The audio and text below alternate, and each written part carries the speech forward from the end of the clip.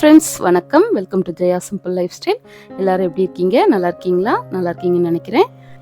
இன்றைக்கி நான் 2 நாளாக ஊருக்கு போயிருந்தோம் ஹாலிடே. ரொம்ப செம்ம ஜாலியாக போச்சு. அந்த விளாக் தான் இன்றைக்கி நான் உங்ககிட்ட ஷேர் பண்ணிக்கிறேன். ஆக்சுவலி இது டே இன் மை லைஃப் அந்த மாதிரி விளாக் தான்.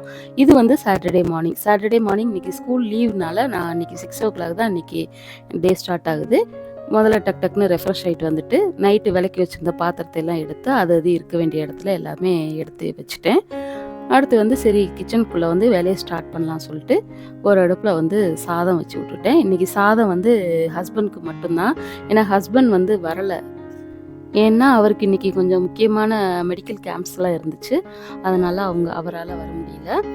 ஸோ இன்றைக்கி ஊருக்கு போகிறது யாரெல்லாம் பார்த்தீங்கன்னா, நான், பாப்பா, எங்கள் அத்தை 3 பேர் தான் நம்ம வீட்டிலேருந்து கிளம்புறோம். அடுத்து ஒரு அடுப்பில் தயிருக்காகவும் பால் வச்சுட்டேன். இன்னொரு அடுப்பில் டீயும் வச்சுட்டேன். அப்புறம் இது என்னென்னு பார்த்தீங்கன்னா, சாதத்துக்காக அரிசி ஊற வச்சுருக்கிறேன். இன்றைக்கி என்ன குழம்பு வைக்கணும்னு இன்னும் டிசைட் பண்ணலை. சரி ஃபஸ்ட்டு ஒரு டீயை போட்டு குடிச்சிட்டு அதுக்கப்புறமா யோசிச்சிக்கலான்னு சொல்லிட்டு விட்டுட்டேன். இப்போ பாருங்கள், டீயும் சூப்பராக ரெடி ஆயிடுச்சு. நமக்கு எப்பயுமே கொஞ்சம் ஸ்ட்ராங்காக இருந்தால் தான் பிடிக்கும். சரி இன்றைக்கி ஃபஸ்ட்டு டீயை சாப்பிட்டுட்டு அதுக்கப்புறம் வேலையை பார்க்கலான்னு சொல்லிட்டு டீயை ஊற்றியாச்சு. எனக்கும் பாப்பாவுக்கும். ஹஸ்பண்ட் இன்னும் எழுந்திருக்கலை. அடுத்து ஒரு பக்கம் உலையும் கொதிச்சிருச்சு. உலையிலையும் அரிசியும் போட்டு விட்டுட்டேன். அது பாட்டுக்கு ஒரு பக்கம் வெந்துட்டுருக்கட்டும். நான் அந்த டீ எல்லாம் போடுற கேப்பில் பார்த்தீங்கன்னா, பாப்பா என் கூடவே எழுந்திரிச்சிட்டா.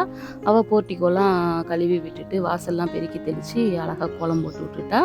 கோலம் நல்லா இருக்கா பாருங்கள், சூப்பராக போட்டிருக்கா. அப்புறம் டீ எல்லாம் சாப்பிட்டுட்டு கிச்சனுக்குள்ளே வந்துட்டேன்.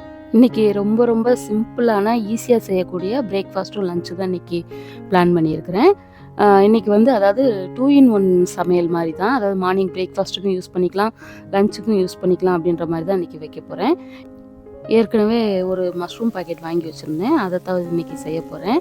காலையில் நாங்கள் சாப்பிட்டுட்டு தான் ஊருக்கு கிளம்புறோம். அதனால் எங்களுக்கும் சேர்த்து தான் நான் செய்கிறேன் இன்றைக்கி.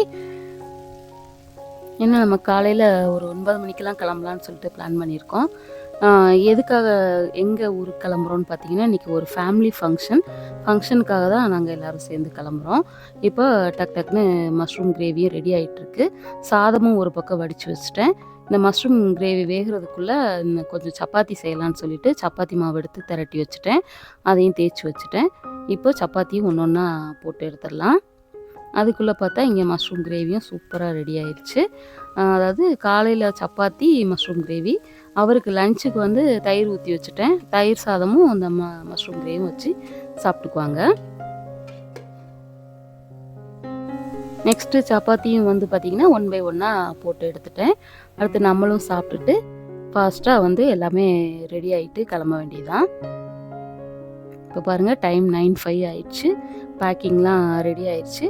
இப்போ நான், அத்தை, பாப்பா 3 பேருமே கிளம்பிட்டோம். இப்போ நம்ம வீட்டில் இருந்து நாத்தனார், என்னோட 2வது நாத்தனார் மதுரையில் தான் இருக்காங்க. நான் இந்த எண்டில் இருந்தேன்னா அவங்க அந்த எண்டில் இருக்கிறாங்க. அதனால் சரி அவங்கக்கிட்ட கார் இருக்குது. அதனால் அவங்க நம்ம காரில் எல்லாம் ஒன்றா சேர்ந்து போகலான்னு சொன்னாங்க. ஓகேன்னு சொல்லிட்டு நம்ம வீட்டில் இருந்து அவங்க ஏரியா பஸ் ஸ்டாண்டில் ரெடியாக வெயிட் பண்ணுறேன்னாங்க. அதனால் அது வரைக்கும் மட்டும் நம்ம பஸ்ஸில் போய்க்கலான்னு சொல்லிட்டு பஸ்ஸில் போயிட்டோம். நாங்கள் கரெக்டாக போகிறதுக்குள்ளே அவங்க எங்களுக்காக ரெடியாக வெயிட் பண்ணிகிட்டு இருந்தாங்க. டக்குன்னு எங்களை பிக்கப் பண்ணிட்டாங்க. பிக்கப் பண்ணிட்டு நாங்களும் அப்படியே எல்லோரும் ஜாலியாக பேசி சிரிச்சுக்கிட்டே சூப்பராக எங்களோட ட்ராவல் ஜேர்னி ஸ்டார்ட் ஆயிடுச்சு. ஆனால் வெயில் தாங்க சரியாக இருந்துச்சு வெயில். ஆனாலும் ஒன்றும் தெரியல. பிள்ளைங்களாம் சேர்ந்து நல்லா பாட்டு கேட்டுட்டு ஜாலியாக பேசிக்கிட்டு சிரிச்சுக்கிட்டு போகும்போது செம்ம சூப்பராக இருந்துச்சு. அப்புறம் இது போகிற வழியில் இந்த வியூ பாருங்களேன், செம்ம சூப்பராக இருக்கும். இந்த ஸ்பாட் நிறைய படங்களில் காமிச்சிருப்பாங்க. இங்கே நிறைய ஷூட்டிங் நடக்கும். கத்தி படத்துல எல்லாம் வந்திருக்கும். அப்புறம் ஒரு தனுஷ் படத்துல எல்லாம் வந்திருக்கும். சிங்கம் அந்த படத்துலேயும் இந்த பிளேஸ் வந்திருக்கும். சூப்பராக இருக்கும். அதுக்குள்ளே நம்ம ட்ராவல் பண்ணி வரும்போது செம்ம என்ஜாயிங்காக இருக்கும். அடுத்து பார்த்திங்கன்னா, கிட்டத்தட்ட நியர்பை நம்ம ஊருக்கு வந்தாச்சு. எங்கே வந்திருக்கோன்னா நாகர்கோவில், எங்களோட நேட்டிவ் பிளேஸ் தான், ஹஸ்பண்டோட நேட்டிவ் பிளேஸ் தான். இப்போ ஃபஸ்ட்டு என்னோட பெரிய நாத்தனார் வீட்டுக்கு தான் வந்திருக்கிறோம். பாருங்கள், செம்பருத்தி பூ நம்மளை அழகாக வரவேற்குது. இது என்னோட பெரிய நாத்தனார் வீடு. அவங்க ஃபஸ்ட் ஃப்ளோரில் தான் இருக்கிறாங்க.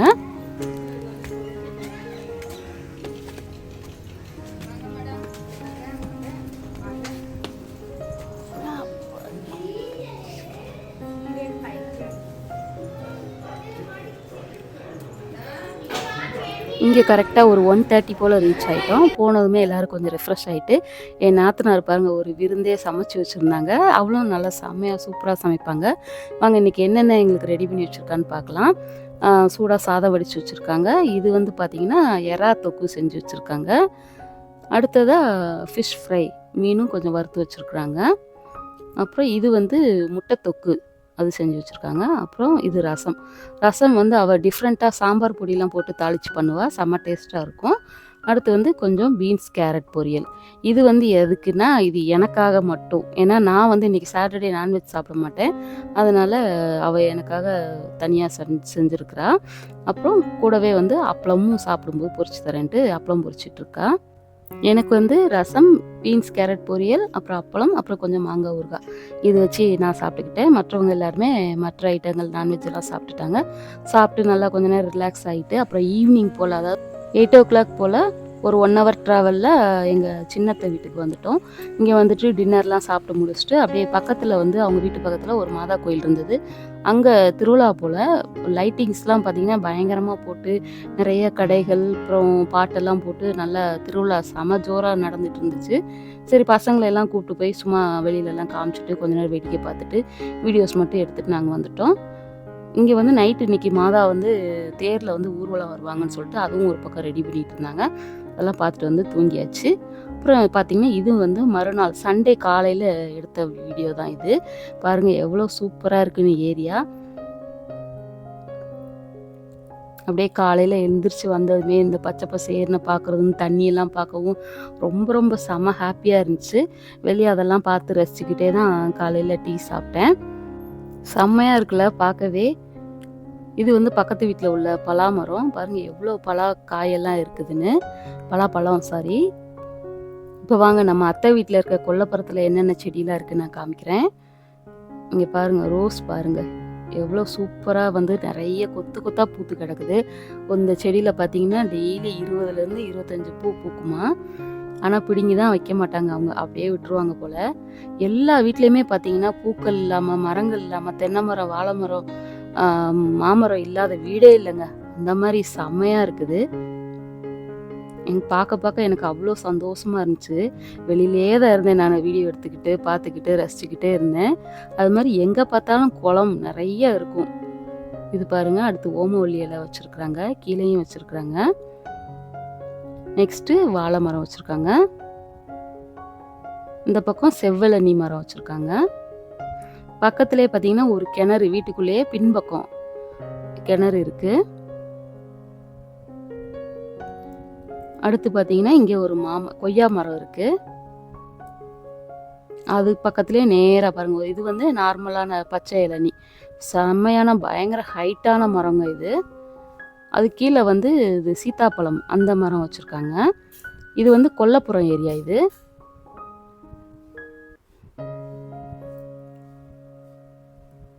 தேங்காய்லாம் அவங்க விலைக்கே வாங்க மாட்டாங்க, ஃபுல்லாக இங்கேருந்து தான் வரும். அது மாதிரி எங்களுக்கும் நாங்கள் போகும்போது வரும்போதெல்லாம் நிறைய எங்களுக்கும் வரும். அடுத்து இது இன்னொரு சைடு, இங்கே பார்த்தீங்கன்னா இது மாமரம்ங்க. இல்லை அவ்வளோ பெரிய மரம், பார்க்கவே செம்மையாக இருந்துச்சு. அடுத்து நெக்ஸ்ட்டு பாருங்கள் சூப்பராக ஒன்று காமிக்கிறேன் பாருங்கள், வீடியோ ஸ்கிப் பண்ணாமல் பார்த்துக்கிட்டே வாங்க. பார்த்தீங்களா டன்டடைன் பலாப்பழ மரத்தை பார்த்தீங்களா எவ்வளோ சூப்பராக நிறைய இருக்குது. அங்கே எல்லாருமே இதை சக்கப்பழம்னு சொல்லுவாங்க. எவ்வளோ பெருசாக இருக்குது பாருங்கள், கொத்து கொத்தாக கீழேயே இருக்குது. இங்கே பாருங்கள் தரையிலேருந்து வந்து ஒரு அடி உயரத்துலேயே அவ்வளோ பழங்கள் இருக்குது. கீழே ஒரு 3 நமக்காக கொடுத்து விட்றதுக்காக பறித்து வச்சுருக்காங்க மாமா. பாருங்கள் எவ்வளோ பெரிய மரம் தெரியுமா. இதில் அவ்வளோ கொத்து கொத்தா எப்படி கிட்டத்தட்ட ஒரு 50 பலாக்காயாவது இருக்கும், கூடவே தான் இருக்கும். நான் அப்ராக்சிமேட்லியாக சொல்கிறேன். அந்தளவுக்கு பெருசு பெருசாக சூப்பராக இருந்துச்சு. நாங்கள் நைட்டே வந்து ஒரு பழத்தை வெட்டி எல்லாருக்கும் கொடுத்தாங்க. செம்ம டேஸ்ட்டாக இனிப்பாக இருந்துச்சு. இது வந்து பக்கத்துலேயே இன்னொரு மரம், அதுலேயும் காய் பாருங்கள் எவ்வளோ பெரிய பெரிய காயாக இருக்குன்னு. பழம் சாரி. இது வந்து கருவேப்பிலை மரம் பக்கத்தில். இந்த மாதிரி எல்லா வீடுகள்லையுமே பாருங்கள் கொத்து கொத்தா கொத்து கொத்தா பலாமரமும் மாமரமும் அப்படியே பார்க்க பார்க்க நமக்கு கொஞ்சம் பொறாமையாக இருக்குதுங்க. ஏன்னா மதுரையில் வந்து காஞ்சி போய் இருக்கிறோம். எனக்கு அங்கேருந்து வர்றதுக்கு மனசே இல்லை. ஹஸ்பண்ட்டை சொல்லியிருக்கேன், ஃப்யூச்சரில் அதாவது ஒரு கடைசி காலத்தில் வந்து நம்ம எப்படியாவது நம்ம நாகர்கோவிலில் தான் செட்டில் ஆகணும்னு சொல்லிட்டு. அப்புறம் எல்லாருமே கடகடன்னு ரெஃப்ரெஷ் ஆகிட்டு அத்தை வந்து டிஃபன் ரெடி பண்ணியிருந்தாங்க. இன்றைக்கி மார்னிங் என்ன டிஃபன் பார்த்தீங்கன்னா ஆப்பம், தேங்காய் சட்னி, அப்புறம் சாம்பார், அப்புறம் வடை கடையிலேருந்து வாங்கி வச்சுருந்தாங்க. அப்படியே எல்லாருமே ரெஃப்ரெஷ் ஆகிட்டு ஃபங்க்ஷனுக்காக கிளம்பிட்டோம். வீடெல்லாம் பாருங்கள், ஒவ்வொரு வீடும் நல்லா பெரிய பெரிய வீடு, தனித்தனியாகவும் செம்மையாக இருந்துச்சு. எல்லா இடமும் பார்க்குற இடம்லாம் தென்னை மரம் தாங்க. தென்னை மரம், வாழை மரம், மாமரம் தான். அப்புறம் நம்ம வர வேண்டிய இடத்துக்கு வந்தாச்சு, ஃபங்க்ஷன் வீட்டுக்கு. இந்த மண்டபத்தில் தான் இன்றைக்கி ஃபங்க்ஷன். இன்றைக்கி யாருக்கு ஃபங்க்ஷன் பார்த்தீங்கன்னா என்னோடய சின்ன மாமனார், அதாவது எங்கள் மாமாவோட கூட பிறந்த தம்பியோட பேத்திக்கு தான் இன்றைக்கி சடங்கு ஃபங்க்ஷன். இது வந்து பார்த்திங்கன்னா கேரளா பார்டருங்க. ஐயோ ட்ராவலே பயங்கரமாக ஆகி போச்சுங்க. அப்புறம் நாங்கள் வரதுக்குள்ளேயே இவ்வளோ கூட்டம் வந்துருச்சு. சரி ஓகேன்னு சொல்லிட்டு ஃபங்க்ஷனை சிறப்பாக அட்டன் பண்ணிட்டு சாப்பிட்றதுக்கு வந்தாச்சு. இங்கே என்னென்னலாம் பரிமாறிட்டாங்கன்னா இஞ்சி ஊறுகாய், நார்த்தங்காய் ஊறுகாய், மாங்காய் பச்சடி, தயிர் பச்சடி, அப்புறம் முட்டைக்கோஸ் பொரியல், அவியல், உருளைக்கிழங்கு பால்கறி, அப்புறம் மட்டை அரிசி சாதம், பருப்பு குழம்பு, சாம்பார், அப்பளம், அப்புறம் பழம் வச்சுருக்காங்க. இதுக்கப்புறம் ரசம், மோர் எல்லாம் சாப்பிட்டாச்சு. அடுத்து வந்து பருப்பு பாயசம் சர்வ் பண்ணாங்க. எப்பயுமே வந்து இங்கே ஃபங்க்ஷன்னா 2-3 பாயசம் இருக்கும். இன்றைக்கி ஒரு பாயசம் தான் இருந்தது. ஆனால் செம்ம டேஸ்ட்டாக சூப்பராக இருந்துச்சு. இங்கே வந்து இந்த வாழைப்பழத்தை வந்து பாயசத்தில் போட்டு பிசைஞ்சு சாப்பிடுவாங்க, பூந்தி போட்டு சாப்பிடுவாங்க. அப்புறம் நல்லா வயிறு முட்டை சாப்பிட்டுட்டு சரி அப்படியே கொஞ்சம் எல்லாம் வெளியில் போகலாம், சாப்பிட்ட சாப்பாடு செரிக்கணும் இல்லையா, வெளியில் போகலான்னு பிளான் பண்ணி பக்கத்தில் அப்படியே அவுட்டிங் போகலான்னு சொல்லிட்டு வந்துட்டோம். எங்கே போகிறோன்னு பார்த்தீங்கன்னா இன்றைக்கி கன்னியாகுமரி தான் வந்திருக்கிறோம். அப்படியே அங்கே இருக்கிற ஹெலிபேடு, இப்போ மோடிஜி வந்தார் இல்லையா, இங்கே இறங்கி தான் வந்து விவேகானந்த பாறையில் போயிட்டு அவர் தியானம் பண்ணது. சரின்னு சொல்லிட்டு பசங்களை கூட்டிகிட்டு போயிட்டு அங்கே போய் பார்த்துட்டு வந்தோம். அப்புறம் பக்கத்துலேயே வந்து லைட் ஹவுஸு, காந்தி மண்டபம் எல்லா இடமும் இருந்தது. ஆனால் அங்கெல்லாம் நாங்கள் போகலை. ஏன்னா பசங்க எப்படா கடலுக்கு நம்மளை கூட்டிகிட்டு போவாங்க, ஆட்டம் போடலான்ட்டு இருந்தாங்க. சரி அதை பார்த்துட்டு வந்ததுமே எல்லாருக்கும் செம்ம பசி. சரி ஓகே கடலுக்குள்ளே போகிறதுக்கு முன்னாடி எல்லோரும் கொஞ்சம் தெம்பாக போகலான்னு சொல்லிட்டு ஆளு கொஞ்சம் வடையும் டீயும் சாப்பிட்டுட்டு நேராக கடலை பார்த்து கிளம்பியாச்சு. பாருங்கள் அலையெல்லாம் வந்து செம்ம சூப்பராக இருந்துச்சு. வியூவே பயங்கரமாக இருந்துச்சு. மனசு ரொம்ப ஹாப்பியாக நிறைவாக இருந்துச்சு. அதுவும் ஃபேமிலியோடு அந்த மாதிரி என்ஜாய் பண்ணும்போது ரொம்ப ஜாலியாக இருந்துச்சு. ரொம்ப நாளாச்சு இந்த மாதிரிலாம் வந்து. அப்புறம் அங்கே நிறைய கடைகள்லாம் இருந்துச்சு. சும்மா ஒரு குட்டி குட்டி ஷாப்பிங்லாம் பண்ணிவிட்டு பசங்க எல்லாருமே நேராக கடலுக்கு வந்துட்டாங்க. இங்கே பாருங்களேன், கடலுக்கு நடுவில் ஒரு பாறையில் நாங்கள் போன நேரம் மேலே ஒரு 3 மயில் இருந்ததுங்க. ஆண் மயில் தான் ஃபுல்லாமே 3 மயில் இருந்துச்சு. சரி அதையும் பார்த்து ரசிச்சுக்கிட்டே வந்து அப்படியே பார்த்தேன். ஆனால் பயங்கர கூட்டம்தான் மக்கள். ஏன்னா சண்டே வேறு, லீவ் வேறையா, நல்லா மக்கள் என்ஜாய் பண்ணிகிட்டு இருந்தாங்க. மக்களோட சேர்ந்து நாங்களும் வந்து செம்ம என்ஜாய்மெண்ட்டு. நம்ம பசங்க வந்து சும்மா கடலுக்குள்ளே போயிட்டு நாங்கள் காலை மட்டும் நினச்சிட்டு வந்துடுறோம் மம்மி அப்படின்னு சொல்லிட்டு போனாங்க. ஆனால் பார்த்தா ஃபுல்லாக முங்கி எழுந்திரிச்சு எல்லாம் முக்கிட்டு தான் வந்தாங்க. நம்மளையும் இழுத்துட்டு போய் நம்மளையும் உள்ளே இழுத்து போட்டாங்க. சரி ஒரு நாள் தானே நல்லா என்ஜாய் பண்ணிட்டு வரலான்னு சொல்லிட்டு அப்படியே என்ஜாய் பண்ணிட்டு இருந்தோம். அதில் மெயினாக பார்த்தீங்கன்னா எங்கள் அத்தை தான் செம ஆட்டம். ஏன்னா அவங்கள எல்லாம் நிற்க வச்சுட்டு நம்ம எல்லாம் கடலுக்குள்ளே போகலான்னு பிளான் பண்ணோம். பார்த்தா அவங்க தான் முதல்ல கடலுக்குள்ளே இறங்குனதே பார்த்துக்கோங்க, நம்மளை நிற்க வச்சுட்டு. சரி ஓகே, ஏன்னா அவங்களுக்கு நீச்சல் தெரியும், அவங்க இங்கேயே பிறந்து வந்தவங்களா வளர்ந்தவங்களா, அதனால் அவங்களுக்கு தண்ணினாலே போதும். ஏன்னா குளத்துல குளிச்சு செஞ்சு அந்த மாதிரி தான் அவங்க வளர்ந்து வந்தது. தண்ணியை கண்டாலே அவங்க நீச்சல் பயங்கரமாக அடிப்பாங்க, உள்ளே பாஞ்சிருவாங்க. அப்புறம் சரி கொஞ்ச நேரம் என்ஜாய் பண்ணிட்டு வரட்டும் அப்படின்னு சொல்லிட்டு நாங்கள் கரையில் வந்து வெயிட் பண்ணேன் நான். அப்புறம் அவங்க வந்ததுக்கப்புறம் என்ன மாற்றி விட்டாங்க. அப்புறம் நான் உள்ளே போயிட்டு நானும் கொஞ்சம் நேரம் அப்படியே ஃபுல்லாக என்ஜாய் பண்ணிட்டு வந்தோம். அப்புறம் கரையில் பார்த்திங்கன்னா இந்த மாதிரி லிங்கம் சிலையும் நந்தி சிலையும் இருந்தது. பார்க்கவே செம்ம சூப்பராக இருந்துச்சு. அப்படியே அந்த கடல் அலை பாருங்க, அப்படியே வந்து அந்த லிங்கம் மேலேயும் அந்த நந்தி மேலேயும் தண்ணி அப்படியே வந்து இருந்தது. அப்படியே அதையும் பார்த்துட்டு திருவள்ளுவர் சிலையும் விவேகானந்தர் பாறையும் பார்த்தோம். சும்மா வீடியோ மட்டும் தான் பார்த்து எடுத்துகிட்டு வந்தோம். அங்கெல்லாம் போக டைம் இல்லை. அப்படியே வரும்போது பகவதி அம்மனையும் பார்த்துட்டு சின்னதாக குட்டி பர்ச்சேஸ் ஒன்று பண்ணிவிட்டு அப்படியே வீட்டுக்கு வந்துட்டோம். நாத்தனார் வீட்டுக்கு வந்துட்டு ரெஃப்ரெஷ் ஆகிட்டு கிளம்பிட்டோம். நாங்கள் கிளம்பும்போது டைம் பார்த்தீங்கன்னா 8:45 கிட்ட ஆயிடுச்சு. அப்படியே வரும்போது ஒரு ஹோட்டலில் சாப்பிட்டுட்டு மதுரைக்கு கிளம்பி வந்துட்டோம்.